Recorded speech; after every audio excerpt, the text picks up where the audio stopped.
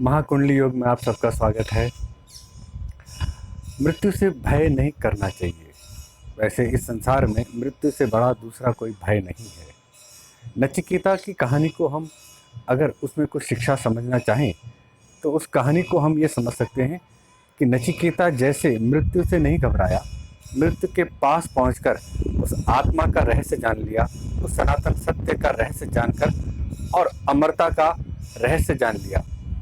जो व्यक्ति आनंदित रहता है, प्रसन्नचित रहता है और निरंतर योग अभ्यास करके दुखों के किसी प्रकार के प्रहारों से बहुत ऊपर शांत चित्त रहता है, वो निरोगी होता है। ऐसा आयुर्वेद भी मानता है कि सदा प्रसन्न रहने वाले व्यक्ति हमेशा निरोगी रहते हैं, या अगर रोग होता भी है तो वो बहुत जल्दी ही उसमें रिकवरी कर लेते हैं।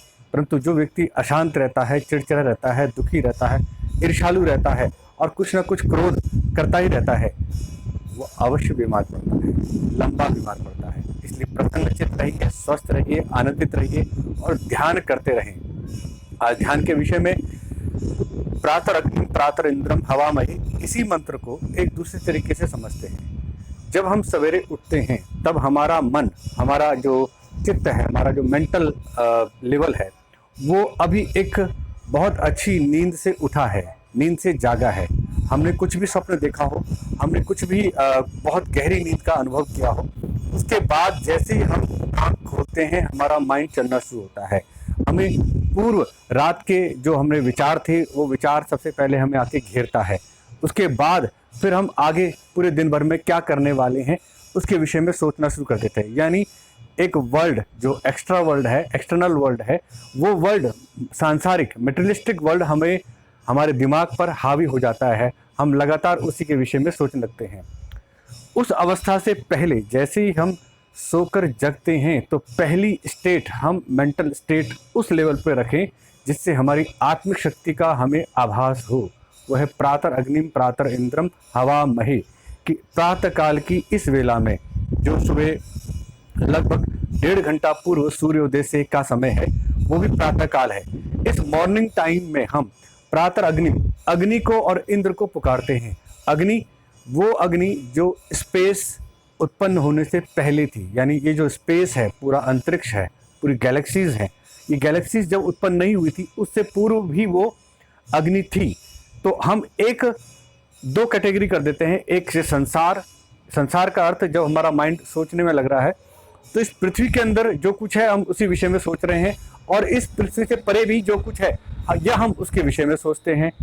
माइंड कहीं भी जा सकता है, किसी भी अंतरिक्ष में किसी भी घटना पर जा सकता है। परंतु जब हमने एक वर्गीकरण कर दिया कि इस संसार को उत्पन्न करने वाली अग्नि को हम पुकारते हैं, उस अग्नि को पुकारते हैं जिसने इस संसार को उत्पन्न किया, तो हमने इस वर्ल्ड को एक तरफ हटा दिया, एक तरफ रख दिया। तो इससे परे कुछ है, अब हम उसके विषय में सोच रहे हैं। वो एक प्रकाश है, वो अग्नि एक प्रकाश है, एक देव है, एक प्राण शक्ति है, एक ऊर्जा है। रेकी में जिस प्राण ऊर्जा को पुकारते हैं, जिसकी सहायता से आध्यात्मिक चिकित्सा करते हैं, वही वो प्राण शक्ति है, यूनिवर्सल लाइफ फोर्स एनर्जी। वही एक ब्रह्मांडीय ऊर्जा है और उसी का नाम अदिति है, और वही हिरण्यगर्भ है, क्योंकि हिरण्यगर्भ ब्रह्म से ही वो उत्पन्न हुई है, हिरण्यगर्भ से ही उसका सृजन हुआ है। वो सब कुछ जानती है। हम अपनी पुकार, अपनी प्रार्थना, जो कुछ भी उसके सामने रखते हैं, हम अपनी मन की इच्छा जो उस प्राण के आकाश में हम रखते हैं, वो इच्छा ब्रह्मांड में आत्मसात कर ली जाती है। और उस इच्छा के समीकरण के साथ ही जैसे जीवन में घटनाक्रम पहले तय हो चुका है, प्रारब्ध में जो तय हो चुका है, जो संचित संस्कारों के वशीभूत प्रारब्ध हम भोग रहे हैं, उस प्रारब्ध के अनुसार जो समीकरण होना चाहिए उसमें वो बदलाव लाने का प्रयास प्रारंभ कर देती है। प्रकृति अपना कार्य करती है, पुरुष अपना कार्य करता है, प्रकृति अपना कार्य करती है। यहाँ पुरुष और प्रकृति दो अलग अलग हैं, परंतु दोनों शक्तियाँ ऐसे हैं जैसे भाई और बहन। जैसे जो रुद्र की शक्ति है, ऐसे ही जो अंबिका शक्ति है, माँ भगवती है, वो भाई बहन कहे गए हैं। यजुर्वेद के एक मंत्र में कहा गया है, ऐशा तय रुद्रः सह, कि रुद्र के साथ जो तेरी बहन है ये भी आकर इस यज्ञ का भाग ग्रहण करे, इस यज्ञ में जो आहुति दी जा रही है उसे ग्रहण करे। तो यानी देव के रूप में शक्ति को हम प्राप्त करें या देवी के रूप में करें, शक्ति एक ही है, प्राण ऊर्जा एक ही है। उस प्राण ऊर्जा को पुकारें, अग्नि को पुकारें। अग्नि को पुकारते ही हम इस जो संसार है, इस संसार से परे जो अग्नि है जिससे ये संसार प्रकाशित हुआ है, इसलिए उसका नाम अग्नि है और वो पूजनीय है, वो सत्कार के योग्य है। पहले स्थान हम अपने चित्त में उस प्रकाश को दें और उस प्रकाश पर जो अधिपत्य है, जिस इंद्र है, जो नियम काम कर रहे हैं, जिसका रूल, जिसका आदेश चल रहा है, जिसका लॉ नियम चल रहा है और जिसके आदेश से सूर्य तप रहा है, जिसके आदेश से इंद्र, वायु और मृत्यु दौड़कर कार्य करते हैं, वो प्राण शक्ति, वो प्राण ऊर्जा, वो प्रकाश, उसी को हम पुकार रहे हैं। उसी में अपने चित्त, अपने दिल दिमाग, अपने पूरे अंतस्थ में उसको हम महसूस करें, उसको स्पेस दें। भले ही ये 30 सेकंड तक के लिए दें आप, परंतु ये 30 सेकंड का क्षण, 30 सेकंड का अनुभव, प्रातर अग्निम प्रातर इंद्रम हवामहे, इतना इस भाव को केवल 30 सेकंड तक भी आप अगर अनुभूत कर लेते हैं, वहाँ ठहर जाते हैं और थोड़ी देर के लिए सब विषयों को पोस्टपोन कर देते हैं, विराम देते हैं, होल्ड कर देते हैं कि अभी हमने उस पर चिंतन नहीं करना, केवल अग्नि और इंद्र पर चिंतन करना है। इस संसार को बनाने वाली अग्नि है, संसार को प्रकाशित करने वाली अग्नि है, इस संसार की समस्त प्राण शक्तियों के ऊपर एक प्राण शक्ति है और वो प्रकाश रूप में है। मेरे अंतस्थ में वो प्रकाश जागृत हो, उदित हो। उस उदित प्रकाश में इंद्र की भावना करना, एक शासक की भावना करना, एक राजा की भावना करना और सबके ऊपर न्याय करने वाले एक परमात्मा की, एक शक्ति की, उसकी अनुभूति करना, उसकी स्थापना करना, यही उद्देश्य है। इस क्षण भर में उसके दरबार में खड़े हो जाएं, उसके सम्मुख खड़े हो जाएं, उसके सम्मुख उपस्थित हो जाएं और यही उपासना है।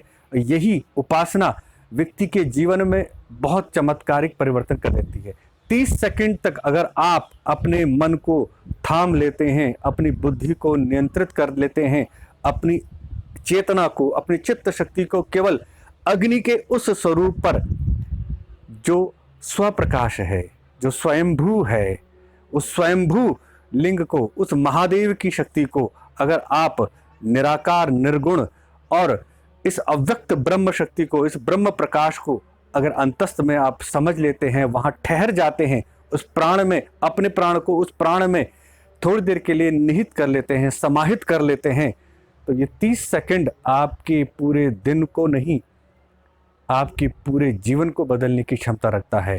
क्योंकि जो बीज है, आपने बीज बो दिया है, वो बीज यूनिवर्स में, ब्रह्मांड की उन शक्तियों में जब एक्सेप्ट कर लिया जाता है, स्वीकार कर लिया जाता है उस प्रार्थना को, क्योंकि आपने संसार को हटाकर उसे पुकारा है, उन शक्तियों को इस संसार से अलग करके पुकारा है, तो आपकी वेव्स, आपकी ध्वनि तरंगे, आपकी मन की सूक्ष्म तरंगे, आपके सूक्ष्म प्राण जो वहाँ आकाश में जाकर पहुँचते हैं, तो वो शक्तियाँ, ब्रह्मांड की शक्तियाँ उस पर कार्य करती हैं, आपको ऐसे ही उठाती हैं जैसे छोटे बालक को माता अपनी गोदी पे उठाती है। इसी तरह से जो भक्त, जो भी मनुष्य, जो भी व्यक्ति, जो भी साधक इस पुकार को 30 सेकंड तक होल्ड कर लेता है, उसका पूरा दिन आप देखें कि बहुत सकारात्मक शक्तियों के साथ, एक अलग तरह की अनुभूति के साथ व्यतीत होगा। निश्चित रूप से इसको प्रयोग को करें।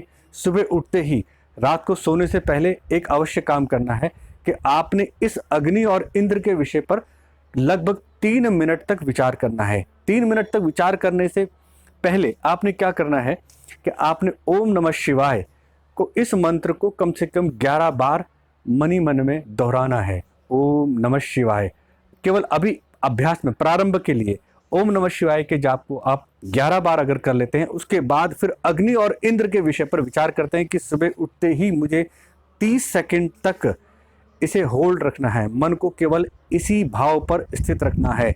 अग्नि और इंद्र कि स्वप्रकाश स्वरूप और सबका शासक, जो राजा है, परमेश्वर है, परम अध्यक्ष है, ब्रह्मांड, अकोटि असंख्य ब्रह्मांडों के ऊपर एक सर्वशक्तिमान शक्ति है, उस शक्ति के ही आगे नतमस्तक होना है, उसी शक्ति के आगे ही आपने समर्पण करना है। यही समर्पण आपका, आपकी जहाँ अवस्था है, जिस अभाव अवस्था में है, जिस पायदान पर आप खड़े हैं, जिस पद पर आप खड़े हैं, उससे उत्तरों उत्तर आपको उठाने के लिए वो शक्ति कार्य करना प्रारंभ कर देती है।